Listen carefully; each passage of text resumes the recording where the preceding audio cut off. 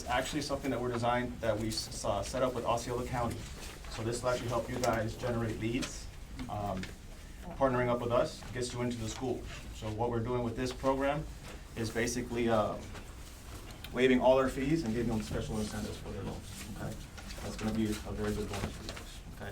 If you have specific questions regarding any of it, this is my staff, Ivan, Patrick, Louis, Jennifer, and I will be around to answer any questions for you guys, okay? Super. Enjoy the class. Thank you.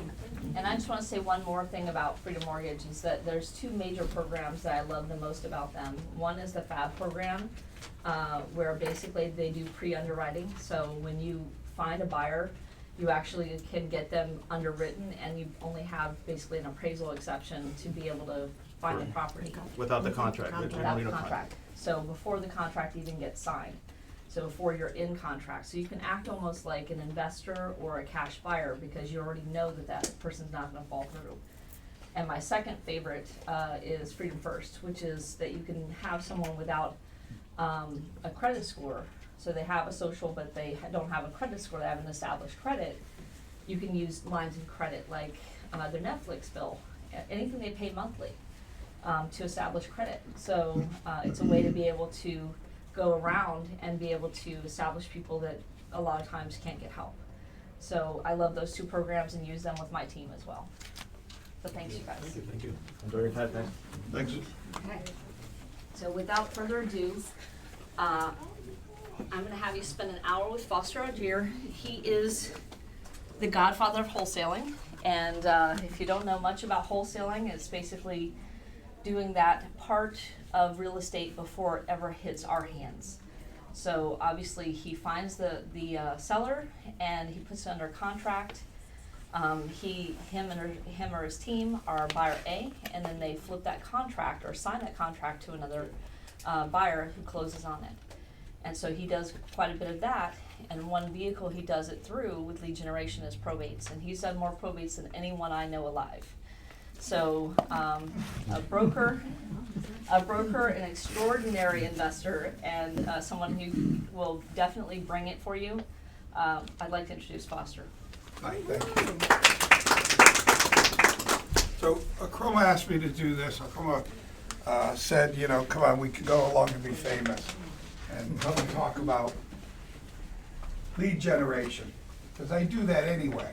My world is a little different than retail real estate, but several of you in this room know me. Some of you know me well in this room, have been seeing me. I've been teaching this class at least 5 years, maybe longer, to investors. But we do basically the same thing. As investors, we look for basically listings or for sale. So I said, I'll do this class. This is the first time I've done it for retail realtors. That's how I categorize most of the people in this room, as a retail realtor. My niche in the world is cash buyers. I just don't have the patience to do retail real estate.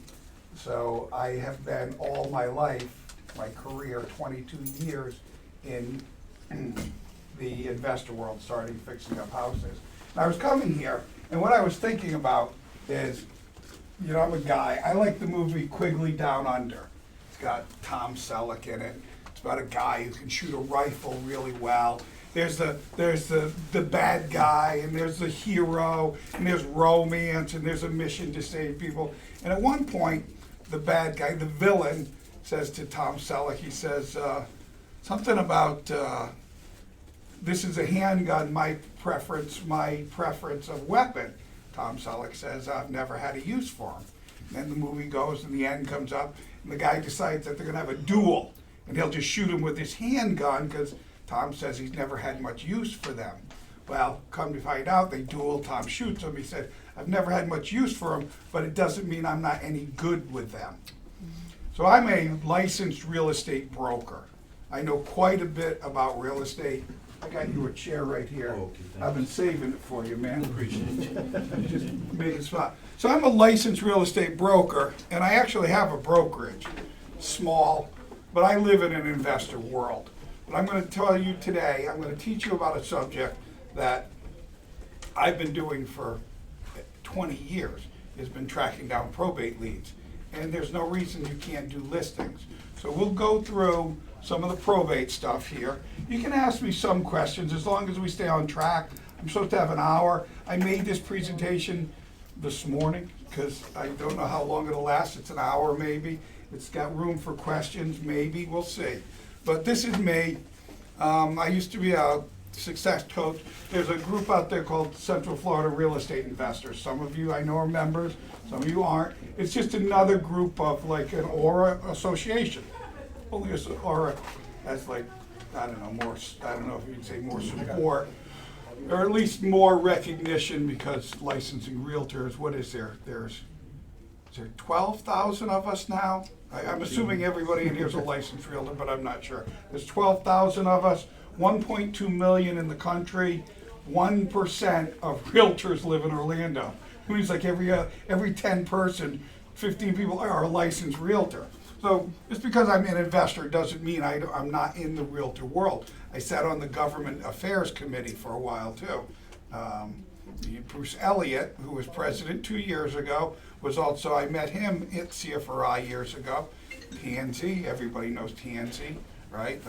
She's, I think, secretary. These are people I know from years of working together. So if my lovely assistant would click to the next page, we'll get going. All right, so this is my disclaimer. You know, you gotta do this stuff. There is a seat in front, miss, if they don't bring you in another one. He's getting me one. Okay, Thank you. thank you. I just wanna make sure everybody's good. So this is just my disclaimer. Legal man says we probably should do this when we have them. I put this in about 6 years ago. Anyway, now we can move on. All right, who am I? I'm the owner of First Alliance Capital, which before the recession was a huge lender. That's since capital. Now we're a real estate company, and we do just cash buying investor real estate mostly.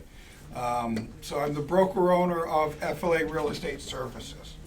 I have my GRI. I've got a couple other things in there too. Gold Key. I don't know. I just put that in there so we could feel like buddies. We're all realtors in here. I've done a lot of transactions in and out. I'm estimating 1,000. I've been doing this 22 years. I've sold a lot of houses. But we'll do 2 and 3 transactions on one house, and we'll buy it. Sometimes we'll lease option it. Sometimes we'll sell it. I use the word we a lot instead of me. But I'm saying, so over the years, I've done a lot of transactions. So I see where they are. And one of the things that I found is that there's a lot of probate estates out there that will be a never-ending supply. So for a while there, I was with CFRI as their success coach.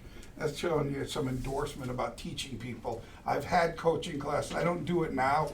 The market is good and bad. It's so good, it's not as good for all of us because it's hard to get listings. It's hard for me to find discounted properties. Oh my God, things that normally they would sell to me or come to me are now going to highest bidders. Owner occupants will be able, they can't find any houses, so they're buying all the paint and carpet deals that we all want as rental properties. Well, they aren't calling me anymore, they're just selling them to owner occupied. So anyway, success coach, I do private money. I was a board member for multiple real estate organizations. And then I said, time is short, so that'll have to do. Enough about me, right? You really want to know what I can do for you. Dan Kennedy says, don't talk about what you are, talk about what you can do for your client in front of you. So, why probate real estate? You're doing an outstanding job. What do they say about Florida? Does anybody know the old joke? What Florida is? This is a hard one because I didn't lead into it well. But some people say Florida is God's waiting room, right? So there's a lot of probate. People move here in their older age, never end. So there's more probate properties. People think, we'll list foreclosures is a big one, right? And they go after that market. That's complicated. Foreclosures are complicated. You gotta get the mortgage. You ever try to talk to a bank? Foreclosures, they're difficult. But there's way more probates than there are any other consistent lead for us to get as listings, okay? So investing time prospecting for probate real estate gives an opportunity to encounter multiple properties too. So when you're prospecting to probate, you're looking at not just single-family houses. It opens up your world. There's commercial properties, there's multifamily units, there's all sorts of different things. Sometimes people even have more than one house they list. You get a package, 5, 6 listings, whatever, 30. Yeah, that would be nice, huh? You end up working for like 1% a listing though. So the best part about this is in probate, there's very little competition. I don't know, people in here, has anybody listed a probate house before? A couple of people, so not a lot. There's my example, there's not a lot. See, I'm opening up the world for probate, darn, right? It was my little secret. Yeah, you are. But, fortunately or unfortunately, there's a lot of probate properties. But everybody, how do you get them, right? It's not like dead people call you up and want a list, huh? They always say dead people don't negotiate well either. But I guess because it's kind of a strange subject. I try to bring a little humor to it. I don't mean to offend anyone. But, it is what it is. So there's very little competition in this still. Even as in the investor world, I go around and do this, and it's the same thing. People don't have any idea about this. They're, for sale by owners. Everybody knows about trying to buy foreclosures or list them. So there's very little competition. That's why I talk about probates. Yes. Perfect timing. Yes, you're doing an outstanding job. Reasons to invest time into the probate business. It's usually the most valuable asset in the estate. So people have to do something with it. A lot of times they need to sell the property for multiple reasons, but pay debt, you have to pay the mortgage, right? Somebody to pay the mortgage, whatever else is involved with an estate sometimes. So they want to sell it off, the inheritance tax. It's also necessary to settle the estate. The personal representatives and the heirs usually want to sell quickly. Usually. It's different than a homeowner. A lot different. A lot of times they're not, when you're dealing with listing homeowner houses, they want the top dollar, right? And we'll outweigh everybody. You're thinking, oh God, that's a great listing, right? Yeah. We'll just wait till we get that perfect offer. We'll start high and we can always go low. And then after 3 or 4 months, it goes stale and nobody's looking at your house. In probate estates, people tend to want to move quickly. They have reasons to move quickly. I'm already ahead of you. But this is a whole different head. But This is the order you put it in. the edge. Many realtors are reluctant on the idea of cashing in on a person's demise, right? Because of the creep factor. Probate. It's tough. It's kind of tough. Very first one I ever encountered, we were on our way. The seller was motivated. He was ready to do everything. And I'm ready there and as an investor to make that offer. And he said to me, my son was murdered in Miami. And I just went like, oh my God, I didn't even know what to say. Nobody had ever taught me anything about probates. Nobody had ever talked to me about them. I don't know what to offer. I didn't have it in me to make that offer to the guy. I didn't want to lowball, insult him, something like that. But that was 20 years ago. So it's one of the reasons that attracted me to the probate business, that there was very little education on it about there. Slow down, mister, okay? Take it easy on the coffee. So I'm not saying you should be chasing ambulances, right? But let me tell you something. As your job as a realtor, we wear many, many hats. Many hats. And oftentimes, being a consultant is one of them. And a lot of people don't know what to do in probate. There's no book, there's no class. They get to the probate lawyer, and some of them are better than others. There's discount lawyers, there's expensive lawyers. Oftentimes it's hard to talk to the lawyer, and they need to look to someone at least to understand the probate process. I only have 1 hour here. I do a class, a 6-hour class, that really chops this up and talks about it. But you need to be able to help them in a time of difficult choices and decisions. So the more you know about something, isn't that why people come to us as realtors? Because they feel we know something, otherwise they sell it themselves. And how many people know, what are the statistics? Most people try to sell their own house for a few weeks, few months, and then they hire a realtor, right? It's high. I would guess 90% of the people end up hiring a realtor because they find out that they need to know something. So if you know a little bit about probate, you have an advantage to get more listings, right? They come to you and they understand. So I'm going to talk about some of the language involved, some of the other things that are involved in this state. So one of the things that I do when I'm dealing with real estate, we have a lot of things. In my war chest, so to speak, there's car people out there. Probate cars pass outside of probate, but almost everybody has a car that passes away. People aren't always sure. If you have someone that buys cars, you can say, well, we got a guy, he'll give you a fair price, no problem. Especially if they live in another state because their parents lived here, or someone not in the family circle lives here and everybody lives up there. Estate sale people. I have 2 or 3 go-to estate sale people. One of the things that happens at probate is like, oh my God, we've got so much valuable stuff in the house, we can't possibly let anybody in. As licensed realtor, it's not quite that bad. We're gonna have a yard sale, and we're gonna sell it all. And then they find out, unfortunately, I've had this same experience. You go in, and everything in there has value to the person that lived there, has value to the people around them. But what's really left, some of it's 30-year-old furniture, dishes, china cabinets that don't have much value anymore. They don't have a lot of value, and it takes them a little bit of time to adjust to that idea. So we have estate sale people.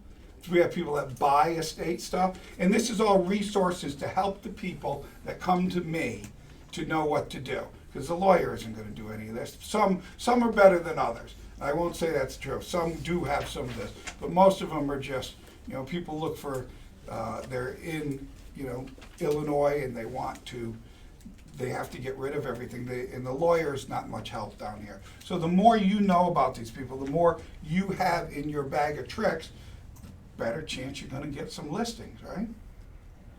I started with some water here. Thank you. All right, Travis, now you can change thank you.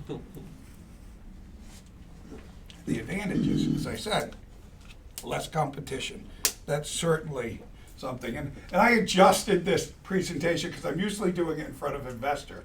So hopefully nothing in here will come up that rubs anybody the wrong way. So I've already talked about less competition because most people aren't very versed in it. So the more you know in it. And then there is, you deal directly with the decision makers a lot of times. The PR is the one person. You contact that one person and they make the decisions, often for even a group of people. They're appointed by the court system. They actually get paid, which was something I just found out last year. They get like 1% or something to be the executor. And typically, there's not a lot of drama in these things. And you want to find that out early because you don't want to work through your listings, get a buyer, and then find out, brother or sister B will not sign. Those are the kind of things you want to. Now, I'll just be straight up with you. If it's probated and done with probate, even though it may not be on public record, there may be multiple owners. And your contract would not be, your listing contract would not be any good without everyone signing it, right? How many of you have come to that? Like, oh, your ex didn't sign it and she still owns it, or something like that. So that's something to be aware of, that there could be multiple signers, but the PR is authorized, personal representative. More leads, more houses, more money. I know it's a great business and we all love it, but I don't think we're all doing it just for the fun of it, right? Did you raise your hand, sir? Yes, I did. When you're signing the listing agreement, can the PR be the only person, or do you need to have everybody's signatures on that listing Right. agreement?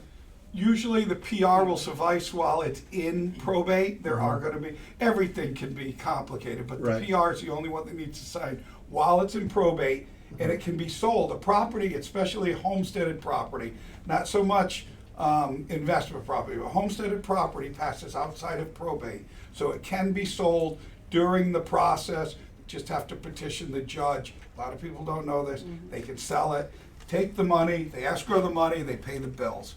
They don't disperse it out all to the heirs, till the end of probate, but I hope that answers your question. Yeah, so most of the PR can sign it usually. Yes, at different points, and then, but after probate's all done, and it goes their siblings, it could go to them. If there's one, if the PR is the only heir or beneficiary, Well, then that's easy. they can sign it. But if there's like Sometimes four it's of a them. judge, even if there's no one. A judge is doing all this stuff.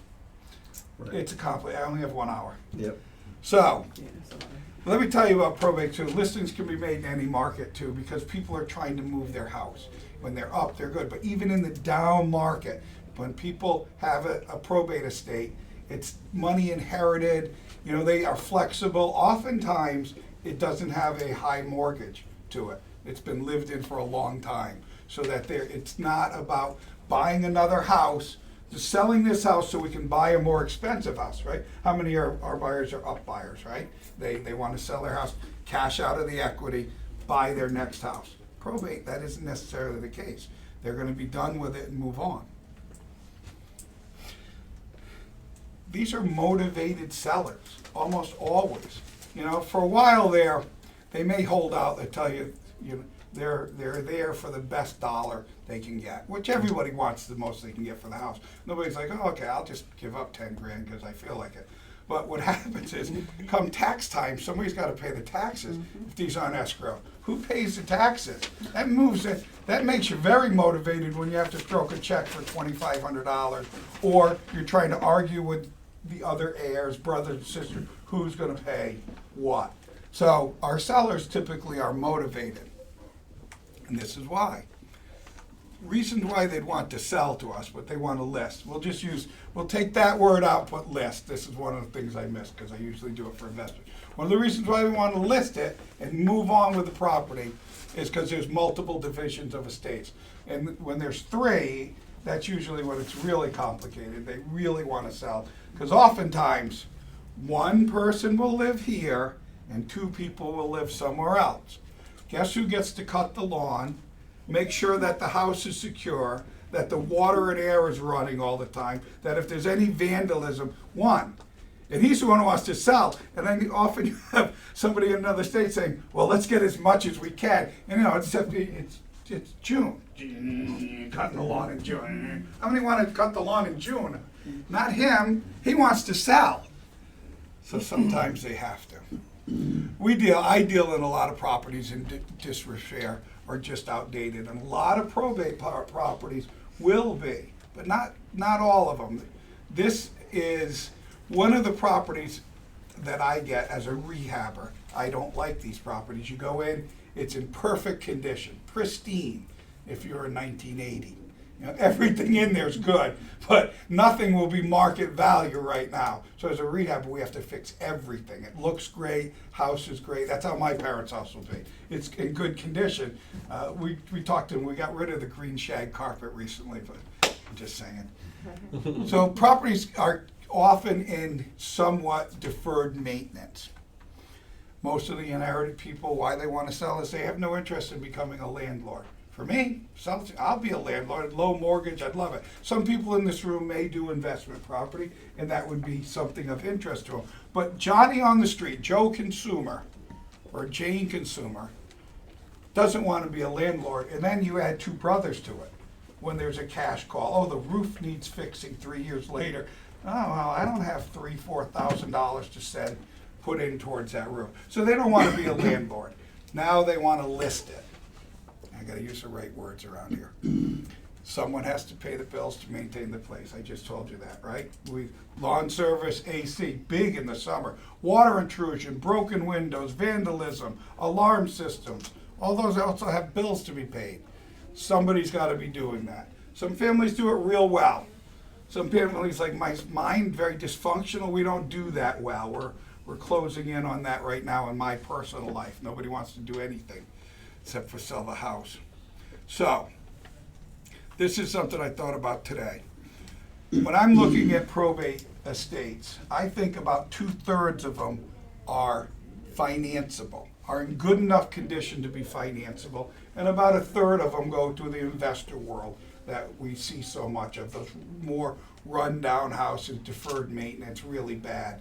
things that have trouble. But about 2/3 of them, they never even look to that cash buyer letters, those we buy houses cash signs. They may call them, but the offers are nowhere in the ballpark. You know, if there's nothing wrong, if there's no way to create more value in these houses, they have no reason to sell to an investor. They're gonna go to a realtor. If a realtor can pull top dollar for them, then that's what they can get. They don't need to discount to anybody, even though they have other things wrong with them. But what is the key? Getting them financed. If we can run them through conventional financing, we can sell it. They may even sell it at a slight discount. But, you know, if they have a bad roof, if they have whatever, some people worry about polybutylene piping. Don't worry about it. There's insurance out there for you. It's a misnomer that people think you can't get insurance with polybutylene piping. It's out there. It just costs more. The electrical boxes are a little bit of an issue. I don't know how far off a tangent I'm getting, but if you're selling houses, you probably know electrical boxes are on the radar of insurance companies not insuring them. But you can get insurance; it just costs you more. So I think everyone would agree in this market, any financeable listing will sell, right? We all want more listings, and they're hard to get. We're still short on houses. We're in an extremely tight market, even though we're selling what was the last Aura one? 3,400 houses sold. Does anybody get the little statistic box every month? So they do. So we have whatever number it is. It's still way low. Inventory, last time I looked, was at 8,000 houses. We should be somewhere around 13,000 houses to have a normal market where they sit on the market either for 3 months. So sellers come to us, oh, I can get $1 million because the market's so tight and I want you to list it. And you're like, oh, brother, it'll never appraise. We'll just have to go through this again until they come around, right? So we all know any listing in this market that's financeable, reasonable price will sell very, very quickly. And that's what we want, right? Nobody wants to. Well, I won't say nobody. But I don't want houses that are overpriced, that won't pass a 4-point inspection to list, right? All right, we're flying through this. So, recap. Multiple divisions of an estate, property in disrepair, not interested in becoming a landlord's a big one. Someone has to pay the bills. This is a big one. Now, the PR is designated to pay the bills and can use some money in the estate. If there's liquid money in the bank account, so on. But once probate's settled and they own the house, it becomes something different. So probate, then it gets settled, and now everybody in the family owns the house, and it changes. That's a good time to find listings, when it changes into people having to write checks. Okay, the bottom line is, most heirs just want the cash and be done with it. Again, they're not trying to buy a second house, a move-up house, a beach house. They're inheriting this money, so they are less likely to hold out. Who doesn't want that, right? A seller that takes any reasonable offer. That's what I want. So in probate too, when it gets filed, there's a timeline in probate. And in Florida, it takes about 6 months to run through an estate, most cases. And so people don't know. People have no idea. Your sellers, I was talking about having your ammunition to deal with these. Sellers have no idea how long it'll take. Have you ever gotten a straight answer from an attorney? Well, how long do you think that'll take? Well, that depends. It could be very, very long. It could be very, very good. How many of you get those kind of answers from attorneys? Quite often, right? They're non-definitive. But it takes about 6 months. And if nothing goes too crazy, if it's not disputed, almost all of them are settled within a year. But if it's disputed, then we have a whole nother ballgame. But if the estate's complicated, if there's a tax lien, say, then it's out of the hands of everybody. It's up to the government to decide. And they don't move at lightning speed, to tell you the truth. And oftentimes, the inheritors will try to reduce it. They'll hire the guy on TV, says, if you owe back taxes of more than $20,000, call me. Well, he gets it reduced, and then, you save some money. That's true. So, under a year, but typically 6 months before probate's done. Now, you also know that if it's a homesteaded property now, that it passes outside of probate. Sir, here's where the big thing is, too. And realtors are different than investors. Investors can be a little more nonchalant, let's say. But when we're dealing with, and we're trained as realtors typically to be more sensitive to the retail people's needs. But remember, all those belongings in there have value to the people that are in the house. I tell people when they go through the ones that are rough, they go, oh yeah, it needs a new roof. Geez, look at that kitchen. That kitchen's old. It's run down. Those are wrong things to be saying for investors. But as realtors, we know saying, if we want to get it market ready, we can do that. But if you don't want to get it market ready and leave it just as is, we're probably going to have to offer some sort of discount in the price. Right? That makes sense. But you try to do it in a sensitive way because you don't know what's going to get them the next person doing the walkthrough for the listing appointment. They may be very sensitive. We don't know. So you want to be sensitive to their needs of what the house was. This was little Johnny's room, and oh, it must be great, and hope your kids are good. It's not as. Thank you. Please move forward. So here are some key words, terms that we're going to need to know. This is what it looks like to be filed here. Okay? So the decedent.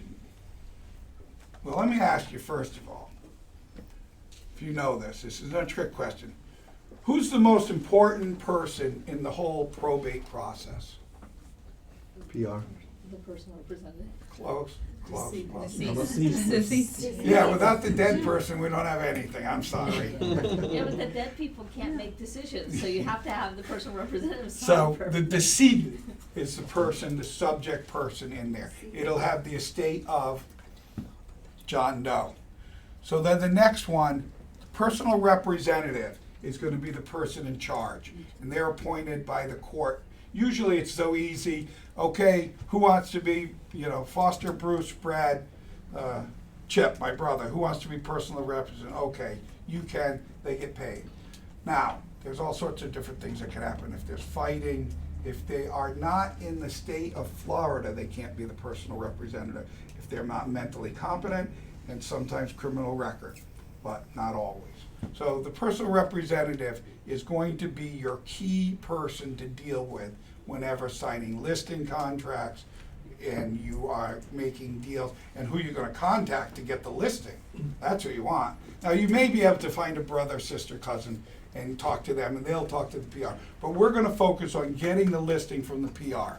Beneficiaries, everybody's heard about. Sorry.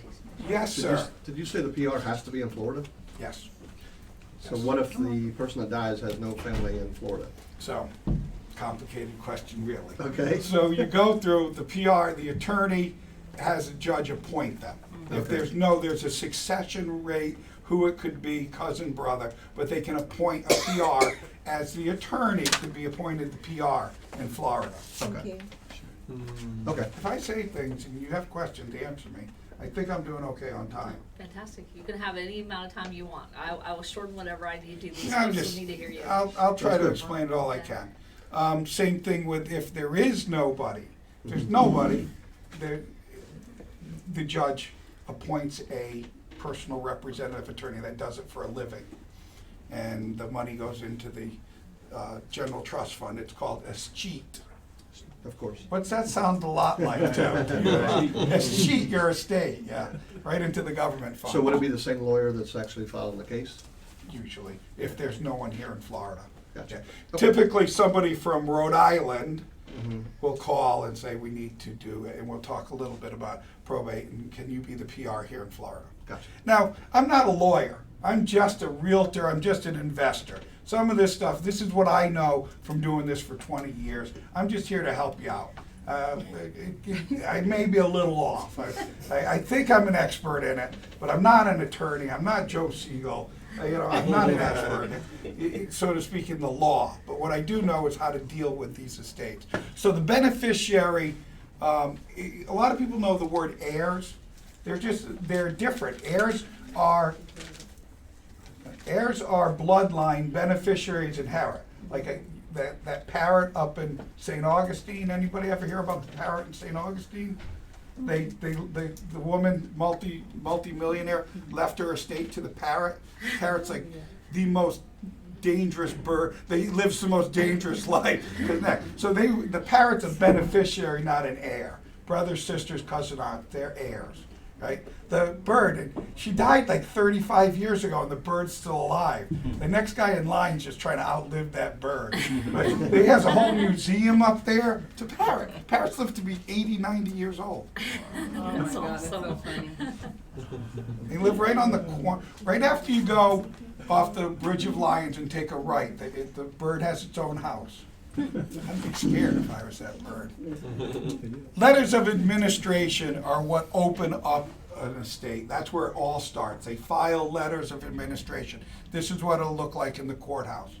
Now, all probates are filed in the courthouse, yes, but all of them don't tell you whether they have a house to list, a estate. So you have to go to the courthouse to find that out to a degree. You can scrape some. John Doe passes away, you look in public records. If it's John T. Doe, they own a house, you can figure that out. But some of us are more busy than others, and we want to do something different, and I'll tell you about that in a minute. So the letters of administration open up this. So if you know little words, it's like wine. I'm a wine person. If you know 5 words about wine, you can convince most people you're an expert. Because most people know 1 or 2, like, yes, no, I'll have one. And you go, oh, the bouquet is great, and the terroir, So the letters of administration are what start the process in the court system. Testate, strange word, right? It's a testament to your life. That means there was a will involved. Testate, very simple. Now here's where the words get funny. If someone passes away in intestate, I always find that hard, in intestate. Intestate means there was no will, that's all. Very good thing. But it doesn't mean anything's too wrong, that you can still go through probate everything without a will.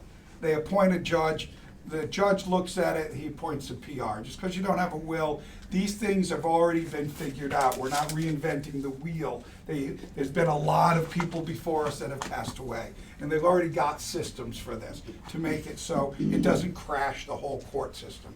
But dying intestate just means you didn't have a will. Domicile, we should know that. That's where people last lived.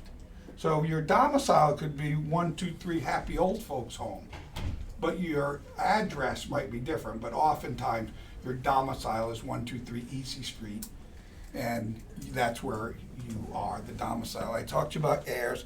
And the petitioner, in Florida, the petitioner almost always is the PR. Unless there's extraordinary circumstances, it's the lawyer. But the petitioner is the one who files for the letters of administration, opens up the case, and oftentimes it's the PR. So you know a few terms here, and you're doing fine. You sound like you know what's going on. Yes, I want to list with you. You sounded better than the last guy that didn't take my class, right? Yeah. I mean, how often do you get a class on probate? Not often. All right, so what is an asset? Anything of tangible value, positive or negative. The estate can have other things to it. Probate is a process of transferring all or part of the estate to the heirs beneficiary, including both assets and liabilities. So it is the legal process. It's just a legal term for a law process, probate. It transfers legally the asset. I don't know if you've ever had this kind of fun where somebody comes and they tell you want to list a house. You get all the way to title search and come to find out they don't own it. The people that own it are dead. Nobody ever pushed, they inherited it. They were given the house, they lived there. They lived there 5 years. Nobody ever says anything about it. They're living away, they get the tax bill, they go to sell. Nobody ever transferred legally the estate into their name. Because You know, dead people can't sign deeds, right? Somebody's gotta sign a deed to make this legal. If their name isn't on the deed, it's not a legal transfer. Same thing, divorce, there's lots of other issues. So, in Florida, we have three kinds of probate. In the recession, under $75,000 wasn't that questionable. Nowadays, it's very, very few times do we find houses that are not worth 75. But also, if it's homesteaded, it passes out. So, formal probate is above, over, okay? Summary is below 75. I'm sorry, I read my slide properly. So formal probate is what we almost always deal with. Estates over $75,000. Summary administration is two things. It's under 75,000, which I guess, you know, way out in some of the backwoods, we can still find properties that are $40,000, $50,000. But the most important thing here is that it's been more than 2 years since since the person died, passed away. So then they figure that the creditors, anybody that had questions would have brought it up. So summary, you can get your summary run through as short as a month. You get there, you find out in that 10-year situation they want to sell. It's not like, oh my God, unless somebody's, you know, closing on this house this day and moving into that house that same day. Then it causes problems. But typically, in some place where they've lived in the house for a long time, then they find out they didn't really own it. A summary probate can be very quickly, 4 weeks maybe. That's what's important there. Then ancillary is the other one we do, and they don't always call it ancillary in Florida. A lot of times they'll bulk it in as summary. It's when you live in another state. Florida, because so many people come here and die, has its own rules. You have to probate your estate in Florida. So when my parents passed away, Rhode Island, they live in Rhode Island, their estate in Florida, because of course, you know, I made them move down here. They saw what a good time it is. So their estate has to be probated in Florida and in Rhode Island, and that's called ancillary administration. That can go rather quickly too, but not necessarily. It depends on how long it is. So those are the three kinds of probate that we will deal with mostly. Is guardianship. There's a bunch on mainstream, but again, we have a little bit of time. And I'm not that thorough a lawyer. I'm not a probate lawyer. I'm a realtor. So the personal representative, main person to contact. What probate really is. Creditors must provide the claim. This is why we do all of this. So somebody has their house and they want to list it, and you're there on the listing appointment, and the next door neighbor comes over and he says, you know, James, the deceased, owed me $10,000 and I want to collect it from his house now. This is why we have probate. Now this person has to substantiate his claim against the estate. So if neighbor comes over and he's got, well, look at, I've signed paper. But sometimes people make things up, right? Oh, you know, I sold him a lawnmower, he owes me $600. Well, if you don't have some sort of something to back that up with, then you can't make a claim against the probate. So creditors, it's credit card companies almost always let it go. They don't chase it. So that's why we pay 12, 14% for a credit card. If you got less than that, you're lucky. Credit cards now are very expensive. They'll let it go. But the mortgage, no, you gotta pay the mortgage. If you have a car loan, that's gotta be paid off, right? How many people have a car loan? They're gonna make a claim against the estate or repossess the car, so to speak. And then whatever else you get, the electric bill has to be paid. They'll let it go sometimes. I know this for a fact. But that's why we do probate, because you have to have not only assets, but liabilities have to be accounted for, and then they're wiped clean. If you don't do it in the time and it be in there, you're in trouble. How about the IRS? IRS is above everybody. Okay? If there's IRS liens, they hammer you. They're like a sledgehammer on the estate. They don't forgive you if you die and don't pay them. If you have any money, they're gonna try to get it from them. So yes, and it slows it all down. And that's the kind of thing, because oftentimes when somebody passes away, That person didn't quite tell everybody they had an IRS lien. That, you're getting there, you're headed towards closing, we're gonna get paid, everything's beautiful. Title search comes back 3 days before, right, in a fast market. Title just came in, we're closing on Friday, today's Tuesday, oh my God, there's an IRS lien on the property. You're gonna not close on Friday. Have you recently been seeing student loans? I just did I'm doing like 3 probates right now, and student loans now is a new one. So Yeah. now they're putting the student loans on there now. I have not seen I have that. had, this is the second one I had with student loans, Mhm. like $120,000, and they're going out the estate for it. Oh, And, you know, Student loans. probably why I don't see a lot, because that would be, likely you figure that's a younger person. But I just saw a statistic where older people are getting loans. This whole thing's in the news about student loans. They said older people have student loans now too, because they're going Yeah, they all back, have 'em. being retrained since the recession, which, Well, he no. co-signed for the son, Oh, yeah? and now they're going out the estate. It ain't co-signing, it's signing. Yeah, it's signing. Yeah. People don't understand that. Well, you co-sign for my Now the whole car. family's mad. It's like, Yes. those your student loans. Why we have to pay them? Yeah, if you co-sign for your son's car and he doesn't pay, it's not like you co-signed, you signed. Guess who they want the money from? Note to self, have someone co-sign my Yes. student I- loan. You ever had a case with an Never gonna IRS die. to negotiate for the IRS to negotiate a settlement? Yes, almost always we negotiate, because in my world, I'm doing this as an investor, and they'll do it for a listing too. Almost always they have some sort of heart. They'll drop it usually 30%, pretty easy, 50% maybe, some sort of extenuating circumstances, but that's about it. They're not giving you a free pass. I did one, and in the house, we bought the house, it was a wreck, the house was $27,000. This was in the recession. And the lien was $350,000. The guy said, we would spend more money trying to collect this, he said, if we got that house back, it would cost us more money to sell it than the house is worth to us, so here, we'll let you go. Sir, all right, what else we got? Inventory, this is a little FYI for you, people don't understand it. The PR will go through, once they file, and make an inventory of the value of the house, because it's a taxable value, right? So they go through and they have to value the furniture, the car, the TV. They are not professionals, right? And it's yard sale prices. So it's almost never contested. So if you have contents, if we're going to get insurance, we want that $100,000 replacement in case my house burns out. And when you're trying to go before the judge, it's only worth $7,000. And we ever do things like that? Maybe? Yeah. So they have to go through. You can tell them, don't worry about it. Just give it your best guess, and they'll be fine.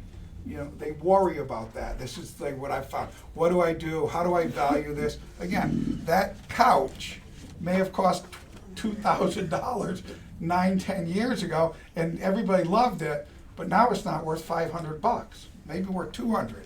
So the PR usually does this inventory, and it's non-professional. They're civilians, and nobody's gonna check it, really. I'll show you to get the paper off your shoe. Looks like you have toilet before you walk around. Thank you. There we go. Trying to help me with the whole way without anybody I telling was them. just feeling so cool, like this is going great, man. This is a good show. People are asking, nobody's throwing anything at me, thanks a lot. Yeah, no worries. All right, here we go. Places where to get started. You can tell this is an old presentation. Check out the obituaries with your morning coffee, right? You can read all about people dying every morning. I'm sure they have that somewhere. This is going to give you leads. All right. If that doesn't work, how about hanging out at nursing homes? Right? We can just go there, hang out. These are rather morbid activities, and they don't start you off for a positive day. So where you go, all probates are filed at the clerk of the court, and all of them are public information, but in Florida, they have a law where your assets in a probate case are not disclosed. You have to go down to the court system and read the files. Okay? It's one option to go to the courthouse. This is very time consuming. You can buy a data subscription source. How many people in here buy listing leads, right? You look for them. If you're not, I don't know how you get them, but if you're a big lister, you wanna do this. So, just happens to be on your seat a data subscription service pricing list there that for Orange, Osceola, Seminole, and Volusia County. So what you can do, and I'm gonna tell you more about this in a minute, that you can go down there and get it yourself, and some of us don't have the money, some of us don't wanna spend a couple $100 a month for leads. It's not a lot compared to listings. You can go down there and get your own stuff. This is kind of how it goes when you get down there. You wanna make sure that you have a spreadsheet on a laptop or a phone, and you do it in CSV form, mail merge, you collect the data. It's not rocket science, you can do it. And if that's what you need to do to get started, do it. I have done it myself. I used to go down to the courthouse when I didn't have a lot of money, and I had more time, and I would research it. Just remember, it takes more time. Some weeks, some counties are funny. Seminole, there'll be 2 or 3, and then there'll be 30. Like somebody went on vacation or didn't want to do it that week. It's odd. Lake County's even worse by far. Lake will have you go there, there's 3, 80. Okay, they're very odd. So you can do that. Some weeks are heavier than others. And not all the counties allow Wi-Fi. A few years ago when I was collecting data, Orange County, who was the comptroller? The one before we have now. I meet him we're networkers, right? Most of us that do real estate. I meet him at the Asian Chamber, and I can't remember his name. And I meet him there, and he says, I'm the comptroller. I said, oh my God, can you fix the Wi-Fi situation in the room, the research room? Anybody ever been there? You go straight into the courthouse. It's like a bunker, really. There's 40 stores above you, floors, and it's huge. You go in there, there's no Wi-Fi. Tell him this, Eddie was his name, Eddie something. And next week it's fixed. And we got Wi-Fi, and we're down there collecting. Ashley Madison, was that the big scandal? Madison, right? Remember Ashley Madison? Well, somebody that was high up in the courthouse happened to be on Ashley Madison every day. Does anybody remember the story? Uh-huh. Right, Yep. right. Well, they cut Wi-Fi off for the public. It's a closed system again. So there's not Wi-Fi. In Seminole County, they're funny, they have Wi-Fi, but you're not allowed to plug into their outlets. It's really weird. You can't contaminate their outlets. So if you have battery, you can collect the Wi-Fi. Osceola County, forget it. Everything's still on paper. Geez, I don't know about that. So I'm just saying it's different in every place. You're going to want to check all 3 types of probate. When you get there, they'll ask, there's like 15 different choices of probate. Wrongful death, things like that. Wrongful death, they're going to be in courts. They're the court system for years. So you can't list that house. Summary, ancillary, formal. Those are the 3 kinds of probates you want to do. Right? You want it to look something like this. So we do a lot of direct mail to get these listings. Now, I'm buying them too, I'm not really listening. But this is what it would look like. This is in CSV, comma, space, value, CSV file. Comma separated values. Yes, thank you. And then this goes right into a mail merge. Put this in the computer, it prints out, Dear Mr. and Mrs. Smith, at Peachwood Avenue, are you interested in listing your house with me? I can get you the best price possible. And you send, in Orange County, there's about 100 a month leads that come out with assets in them. Same thing with Volusia. Volusia has a little bit more. It's more of a retirement community. We get about 120 leads in Volusia a month. 30, 60 in Seminole, about 60 in Osceola. Down there, those are general numbers, some weeks more, some weeks less. You get about 300 leads a month to follow up on who wants to list. I mean, that's not bad for what we want to do if we want more listings, obviously. So I'm doing 2 things. I'm educating you about probates to a degree, and I'm teaching you how to get some listings, right? Didn't we come here to get more listings? Absolutely. That's what I thought. And an average agent needs about 200 leads, valid leads that they can contact in some way, shape, or form, whether that's email, text, phone, carrier pigeon, whatever way you want to do it, in order to close one deal. So if you're paying $200 for a service to go and research those things, and you get 1 listing out of it a month with an average commission of about $5,000 to $6,000, then your $200 is definitely worth it. you know, or your time, whichever way you wanna do it, but if you work the leads that way. What are you seeing in Lake County? Lake, Lake, what are you seeing, like 80? you know, 60? that's, you got me on the worst one, I don't know. Okay. Lake County probably has about 40 or 50 a month I was just curious. there. Let's find them out. It just, they are the most, like, you know, Yeah. today they're working into the other department kind of thing. The Right. probate person is shares, I don't know what they do up there. Okay. All right, so you go through the, if you get, you can buy a cheap list. There's about 300 or so listed a month in Orange County, say. About 100 of them have actual houses and assets. You can get that list and you can spend your time comparing them to city data. Do they have a house to that?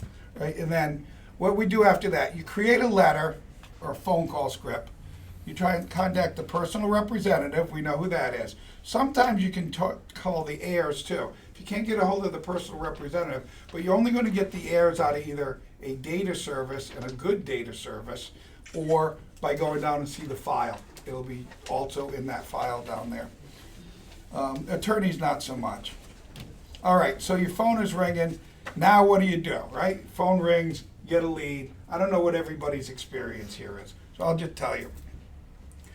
I try to be very, very careful, because I think most people that call you are just waiting for some kind of scam. How many, you know, they're waiting for you to lay on some kind of bullshit on them, really, to tell the truth. So I ask them very few things, you know, hey, what's your name? Can I have your phone number and email? So I can contact them, and sometimes email's a lot better. You can get them back. They might not answer the phone, but they answer the email. Can you tell me about the property? Of course, this is out of order. What's your address? What's your name? What's your address? And then why are you selling if you're calling me?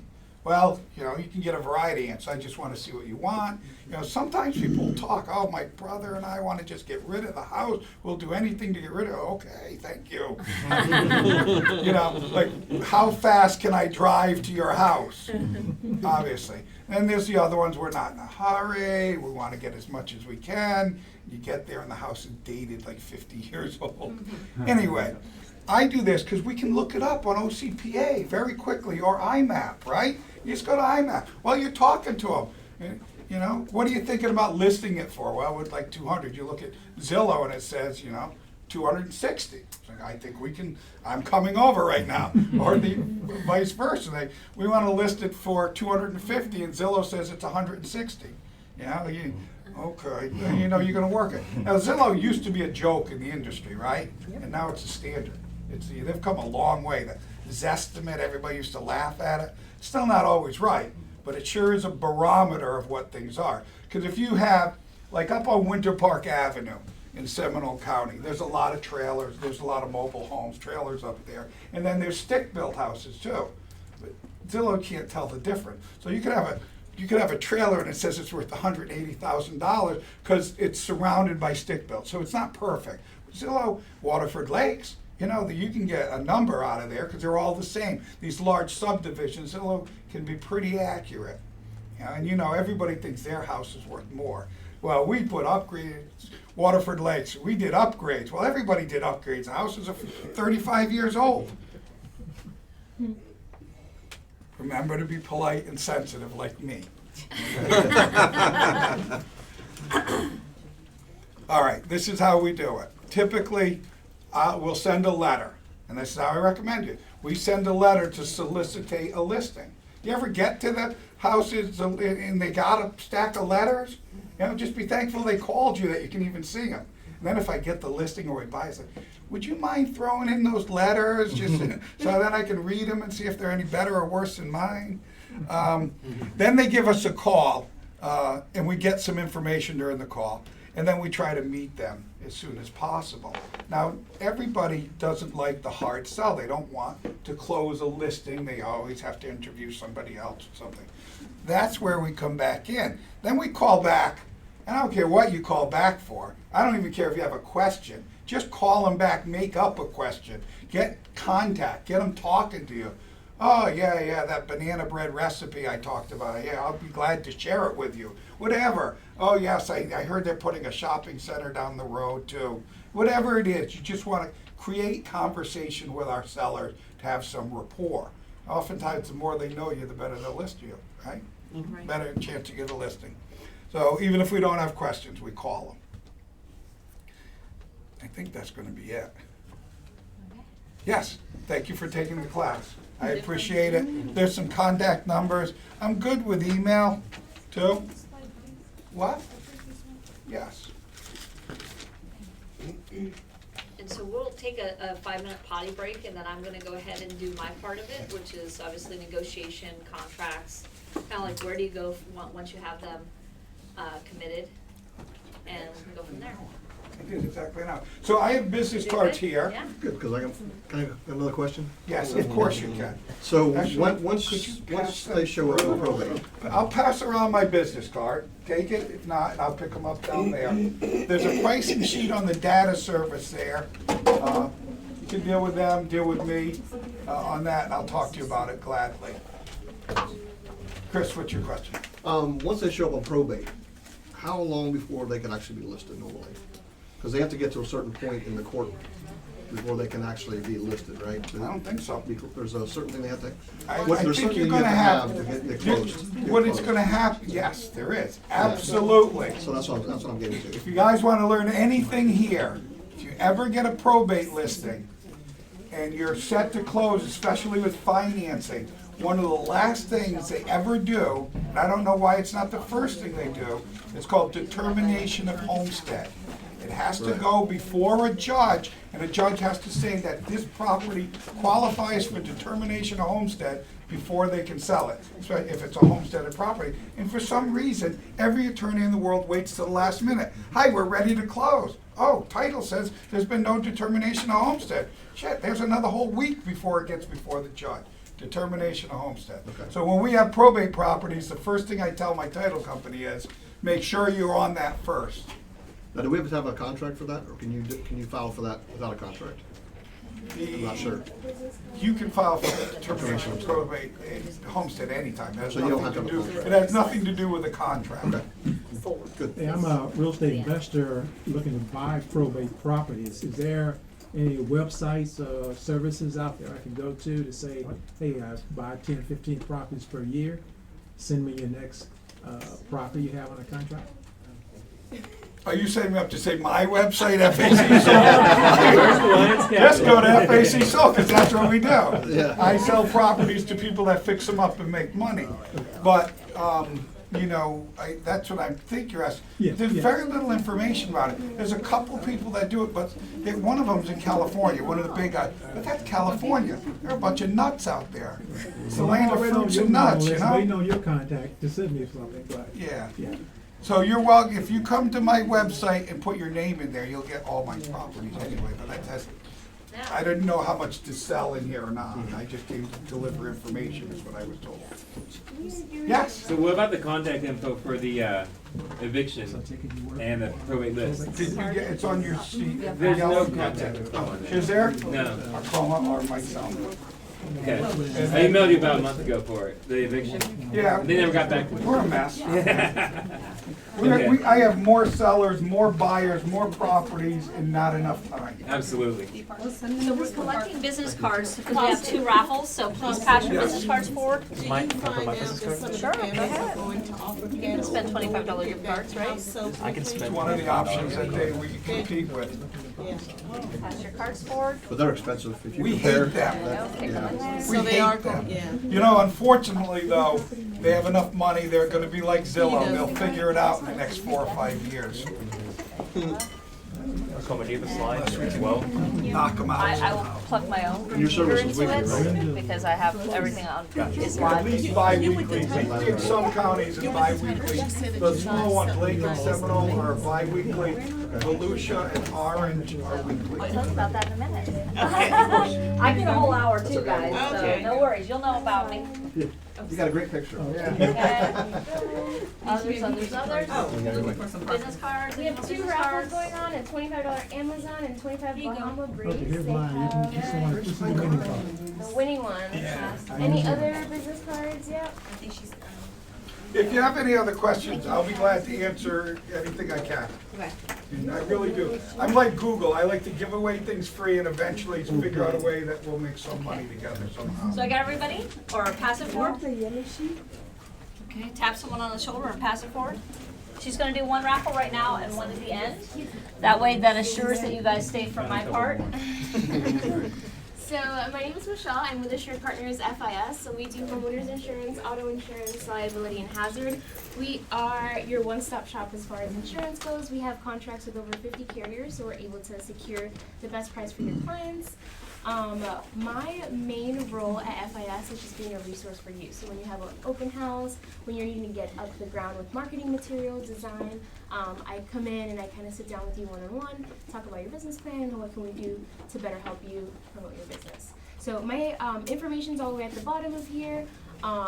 We are going to be doing 2 raffles today, one at the middle and one at the end.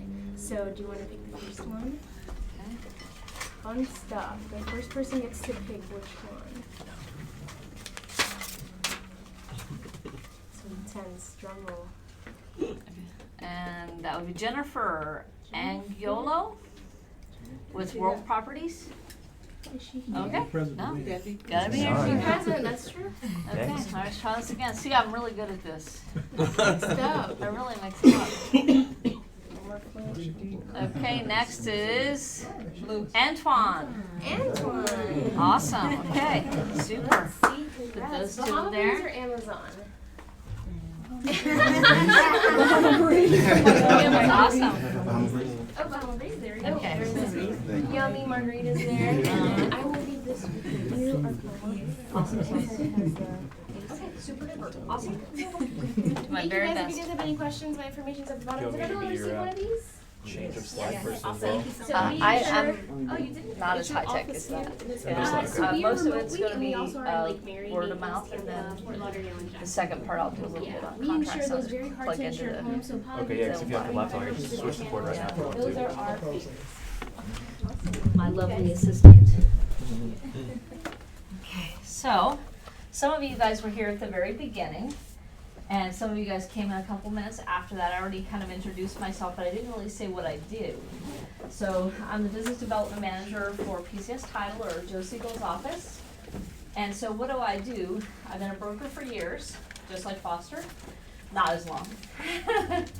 And so what I do is I train agents, okay? So during the day, I do up to 40 lead generation classes and 13 contract and negotiation classes. And all of those can be found on the PCS Title Facebook page. So if you like that page, on the events tab, you'll see all of the events that are coming up. And that'll allow you to be able to attend those. And so everything from lead generation with probates, to foreclosures, to code enforcement, to distressed properties like fire, mold, sinkhole, you name it. So all of my classes are all broadcast on there. And for the summer, because everybody's crazy and busy, those are 2 separate things, I'm going to be doing some Google Hangouts so that you don't have to go to a physical location and get hot and sweat with me. You can actually do it in your pajamas at home and nobody will even know, right? So my job is to provide value and training so that you guys think of us first whenever you've got a listing, and we pull your preliminary title for you, and obviously then we handhold you until we get it closed. So for today, my part is to take it from where he left off, and kind of tell you how to do that listing. So has anyone in the room done a probate listing before, something that's in probate? I think you did, because you've said a couple, one back here as well. So not a lot. So as far as contracts are concerned, they're the same contracts that we would normally have. They have to be signed, of course, by the personal representative. And so that's the decision maker. So nothing really different on our contracts. But as he said before, there's almost always some hair on it. Okay, and so there's always tax liens, code enforcement, some sort of damage or roof repair that has to happen. It very, very likely might not be insurable, because of some sort of physical deterioration. And there might be mold, Obviously, there may be insurance claims that were paid out, but that person never used the money to improve the property, maybe it was a sinkhole. So it could be very much taking all your skills as social worker and a realtor and throwing those into a bucket, you know, and so being able to list a probate home takes a little finesse, not just the emotional finesse of being able to make sure that you work that lead and get the right person in front of you, that you verify their identity, that you get the title work done, and find out if everything's been done the way it needed to be done, so you can actually list it and take it to close. But also along the process, you know, because there's likely to have multiple people, multiple decision makers, like lots of influences. My worst experience, I can tell you, obviously I'm a broker associate with EXP. I have 13 agents who are in my team. And so I both take care of my own deals and I also take care of theirs. And so my worst deal by far was 3 bipolar sisters. And I'm telling you, I used to be a doctor. That's what I used to do in my youth before I got all this lovely gray hair.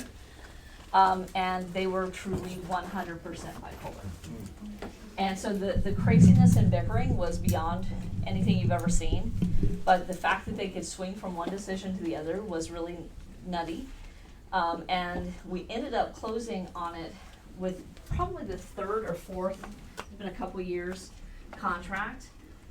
And the 3rd contract fell out of contract because of a light in the pool that the buyers wanted to get repaired. The possible repair was $700. You know the story.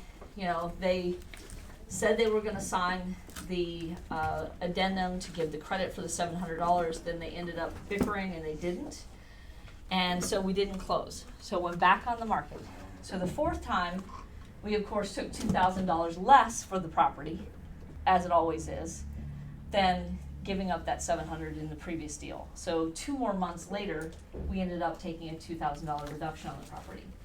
So a lot of times when you're dealing with multiple errors, dealing with multiple people, it can be a little challenging. It's always important in every transaction, not just a probate, to get everything in writing. Everything. Because then they'll say, I didn't say that, or I didn't mean that, right? People are people. And so keep those addendums flowing. If you don't have a transaction coordinator, one of the benefits of doing business with us, obviously, is as a title company, is we want you to have a transaction manager or transaction coordinator. So if you use one of the ones that we prefer, that we know will handle the deal right, then, and they give us all the information up front, they made our lives a whole lot easier, their fee will pick up $125 of it. So we'll pay on your buyer or your seller side $125 for you to be able to have a transaction coordinator. So, you know, that's a benefit of doing business with us, but also that's going to give you the experience of that transaction coordinator on addendums, additional terms, all of that kind of stuff, because they see how many contracts per month. Like you might write up 1 or 2 listings a month, right? Some 5, you know, but what do they see? 300, 400 contracts a month. So take advantage of their experience, because for me, I'm extremely aggressive. If you are, how many of you are friends with me on Facebook? A few, okay. So the rest of you need to be, because I'm hilarious. And I have the cutest bulldog in the entire world, okay? But, you know, if you see me on Facebook, you'll notice very much that I'm extremely aggressive. You know, you don't get through medical school without being kind of a little bit of a, how do I put it politely, dragon. And so, you know, I'm a nice person, a very caring person, but my contracts are very aggressive. So things I normally write into a contract as an additional term is that I can put my for sale sign, keep it as a sold sign, in the yard for 2 months after closing. That's like on every single one. So if you send me a contract and everything is acceptable on it, I'm still gonna counter.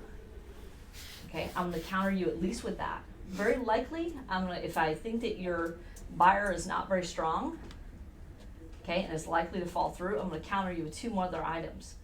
That I get the inspection or appraisal if it doesn't close for any reason, and that your earnest money goes hard, meaning it goes non-refundable at day 11. So get your stuff together when you're in contract with me. Make sure you get all your deadlines taken care of. And I want you guys to also be stronger at listing, stronger in your contracts, and make sure that you also get some of the perks. Many weak buyers out there right now, okay? Lots of contracts on the title side and the brokerage side falling through. So if you're not protecting yourself with your contracts, number one, your listing contract, as you guys know, you can have a percentage of whatever is given up in the earnest money. If you're not at least putting something in there, 50%, 75%, I prefer 75% whenever possible. So that then when that earnest money is forfeited, then I get paid for my time. Because like the bipolar 3 sisters, 3 times we went out of contract. Because 3 times I got paid earnest money. So how would that change your finances, or how would that pay your mortgage if you had multiple contracts, even if they were falling through, that you got earnest money for, and then you got your commission? That could change your year. Like seriously, that's a game changer.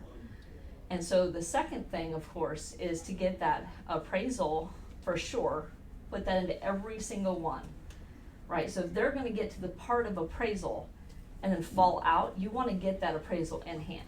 Now, as a broker, you don't have to disclose the appraisal unless you want to, right? That's not a material fact about the home. That's not a trip hazard. That's not mold.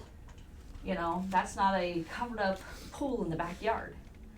Okay, that is not a material fact. So I don't have to disclose that unless it benefits me.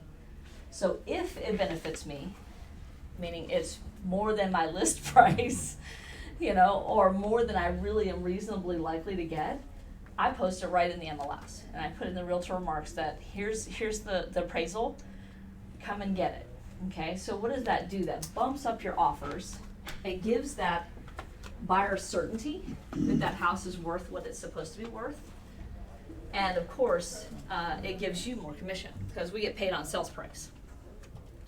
So make sure that's in there for sure. And if you believe that there's a problem for it to close with a certain physical problem, i.e. a roof problem, it's non-insurable, it's at the end of its reasonable life, or something like that, then I have them give me the inspection if they don't close for any reason, right? So that buyer is doing my homework for me. In my world, I want to have each one of the deals I go into be stronger. If I have the appraisal and I can use that information any way I like, I'm already stronger. But if I have the inspection, okay, I have to disclose any material facts on it.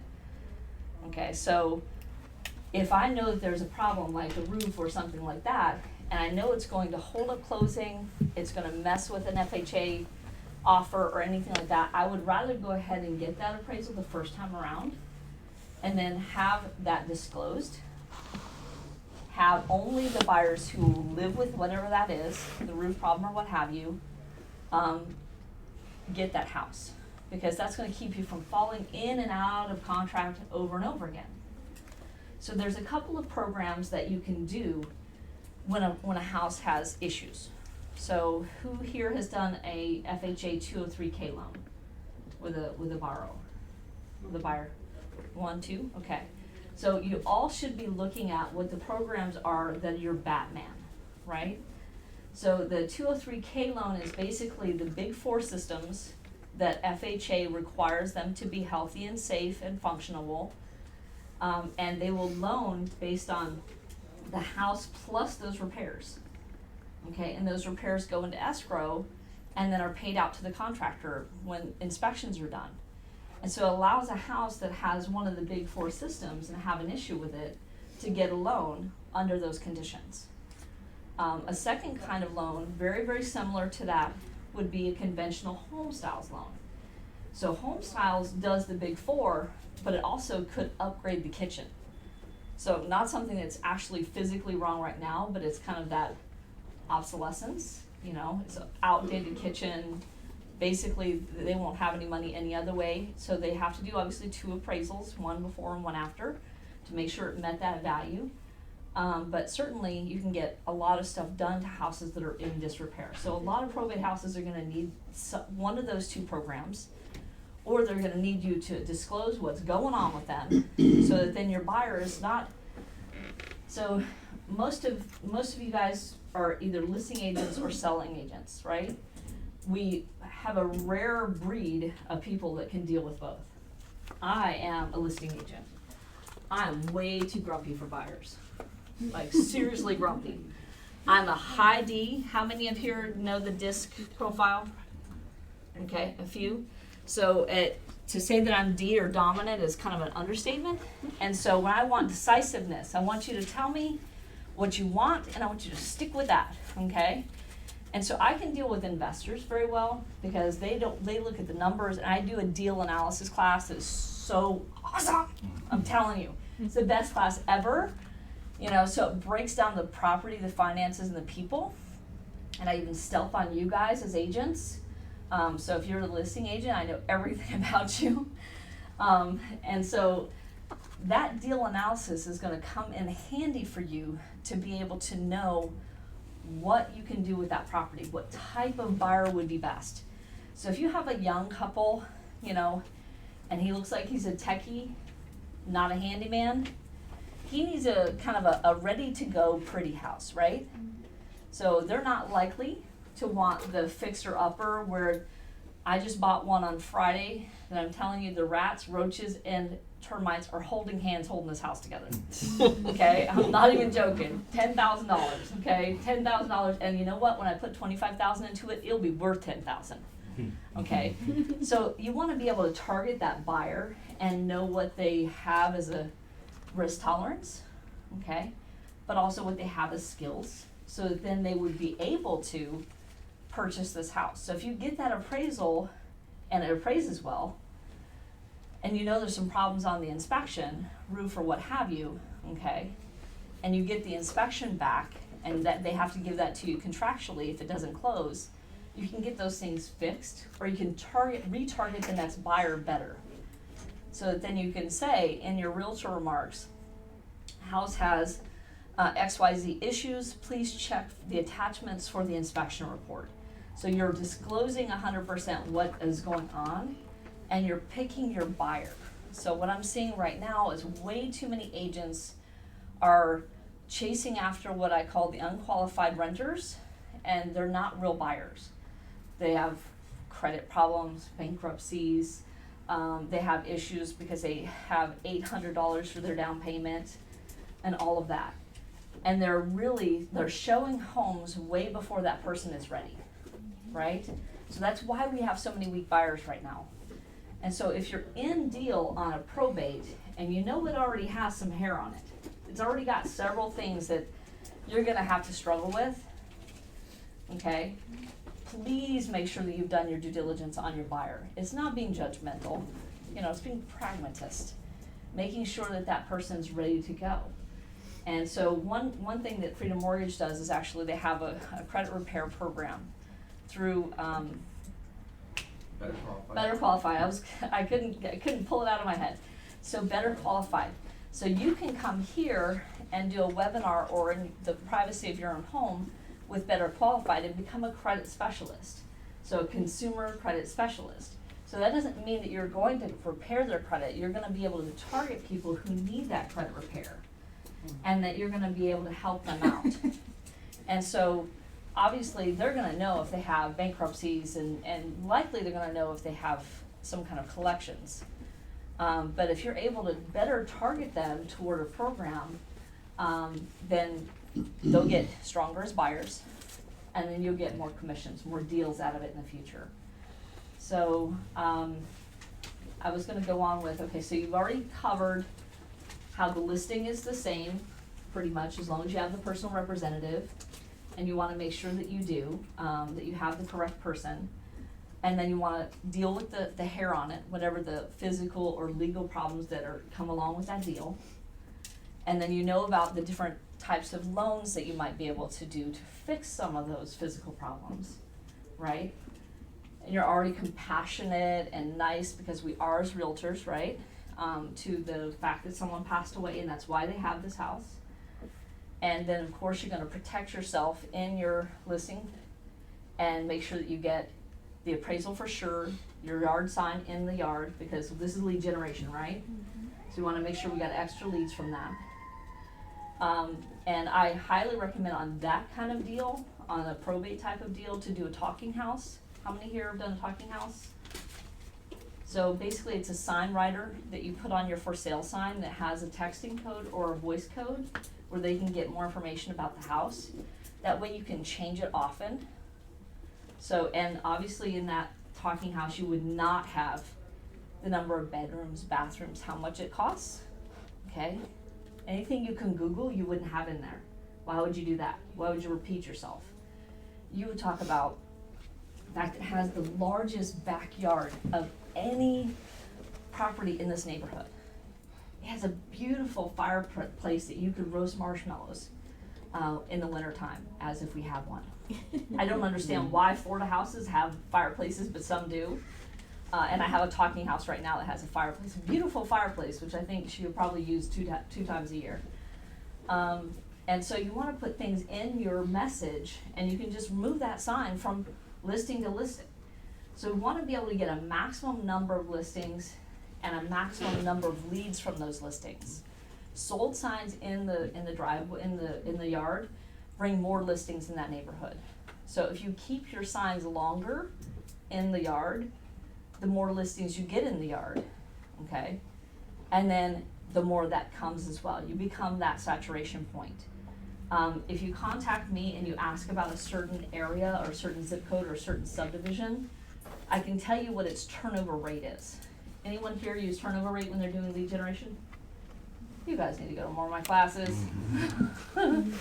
So obviously the turnover rate is the number of houses sold in a certain area, right? And we like above 9%. That's like the sweet spot. If you have less than 9%, it's too much stability. They're not likely to list, right? At 9% or above, the likelihood of the turnover rate being 9% above and you getting the listing is very high. So you can take that from street to subdivision to zip code to county. But the bigger you get, the more that data spreads out. I like to stay as small as possible so I know if I'm dealing with these 4 streets, what the turnover rate is. And if it's over 9, then I'm going to send them letters, call them. I'm an investor, right? So is buying their home solicitation? Yes or no? No. No. Solicitation is selling them something, right? So I want to buy your home actually, right? So do you want to buy their home? You know, you should want to buy their home. Why? Because as soon as they say that they want to sell their home, they're now a listing prospect, right? So if you want to just wholesale it. So how many of you here do any wholesaling or know about wholesaling?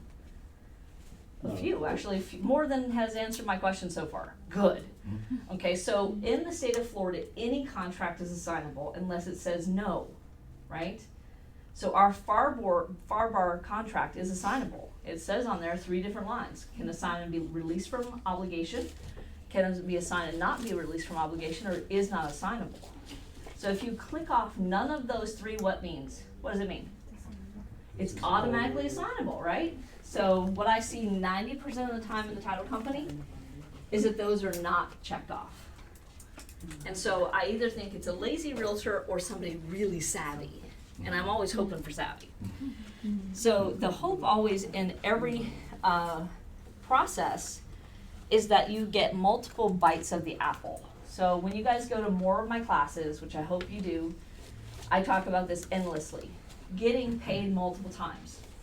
I'm a tax deed investor. I do research for investors on tax deeds. I get paid $25 an hour. How would $25 an hour change your life? How many of your bills would it pay, right? And then you're learning about property and deal analysis on their dime. I love that. Then if they buy a tax deed, they pay me 10% of whatever they paid the clerk of court. So they might pay $9,000, $11,000, $22,000, I get 10% of that. 2 bites of the apple. So then who do they list it with? What the heck are they gonna do with it, right? The likelihood is it's a real piece of work by the time it gets to tax deed, right? So it's usually a burned out house, it's usually a dilapidated mobile home, or it's land.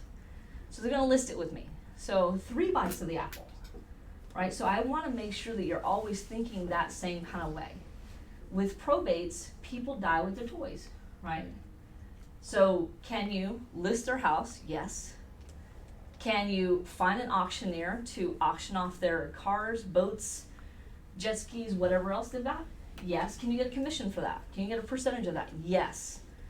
Can you get someone to trash out the home, get rid of 1 million belongings that grandma had that she had up to the ceiling, and manage that process? Absolutely. That's a service of real estate, property management, right?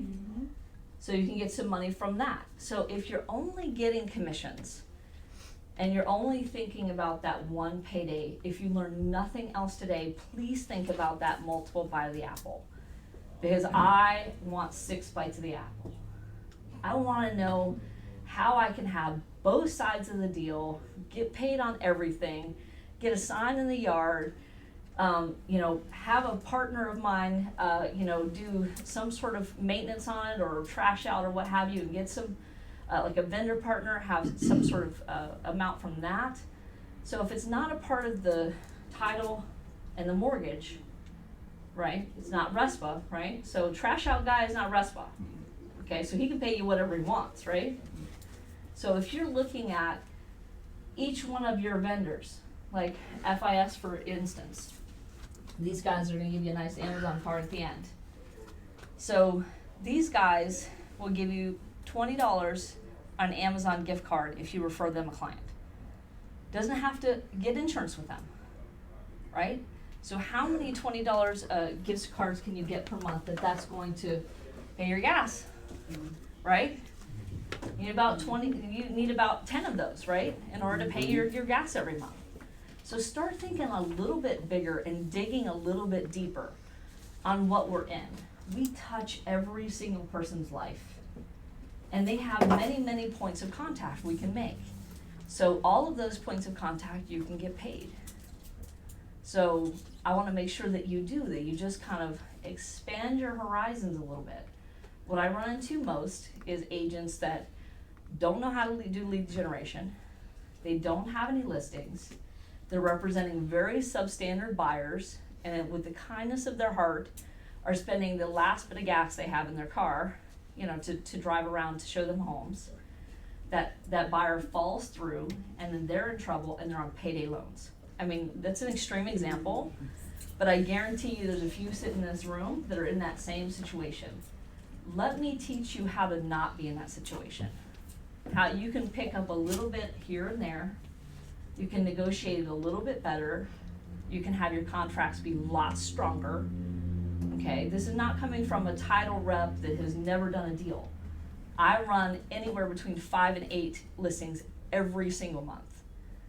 Okay, and some of them they're outside of the MLS, and I just close on them, rehab them, Airbnb them, do whatever I need to do, right?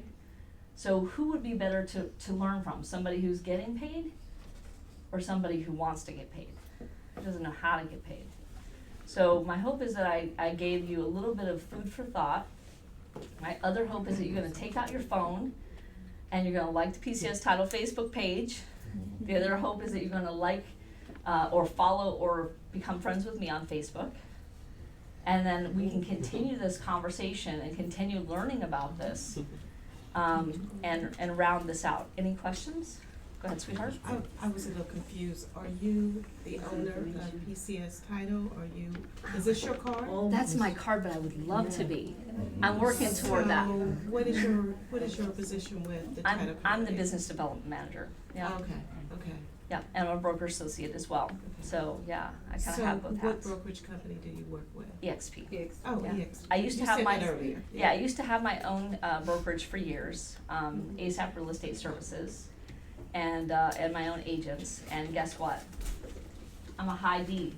I don't like details, right? I like decisions. I am ready, fire, aim. Pretty much all the time. I'm like, I would rather get it done than get it perfect. So those of you in this room that are like high C, compliance oriented, love the details, sticky about all that stuff, good for you, Dudios.